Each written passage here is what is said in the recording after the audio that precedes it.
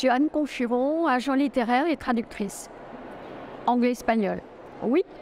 Alors c'est un métier que je ne connaissais pas du tout, mais ça fait une vingtaine d'années que je le fais maintenant.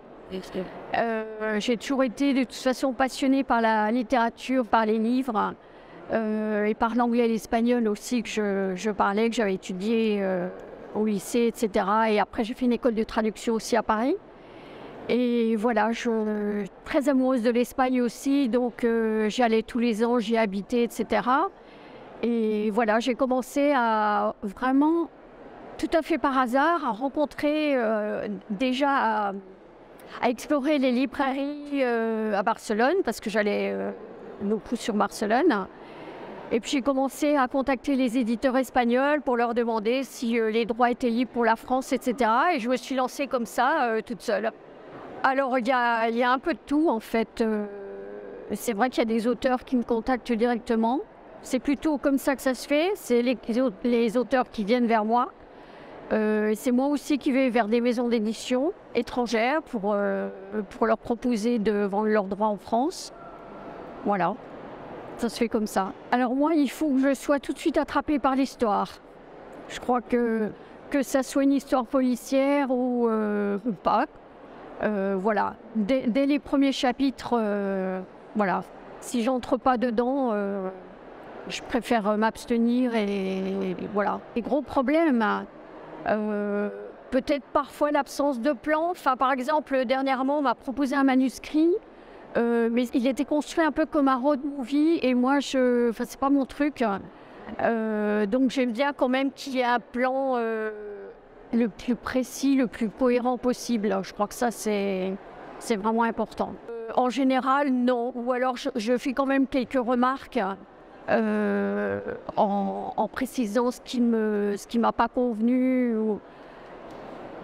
Mais je me dis, pour revoir un manuscrit, c'est quand même plus à l'éditeur, à mon avis, de voir ça. Hein. L'agent, bon, c'est important aussi, évidemment, mais je veux dire, au niveau de la construction de l'écriture, c'est plutôt à l'éditeur de... Ah, à mon avis, non, il ne faut pas avoir peur des romans traduits parce que c'est quand même très bien revu de toute façon et corrigé par l'éditeur et les correcteurs. Donc non, franchement...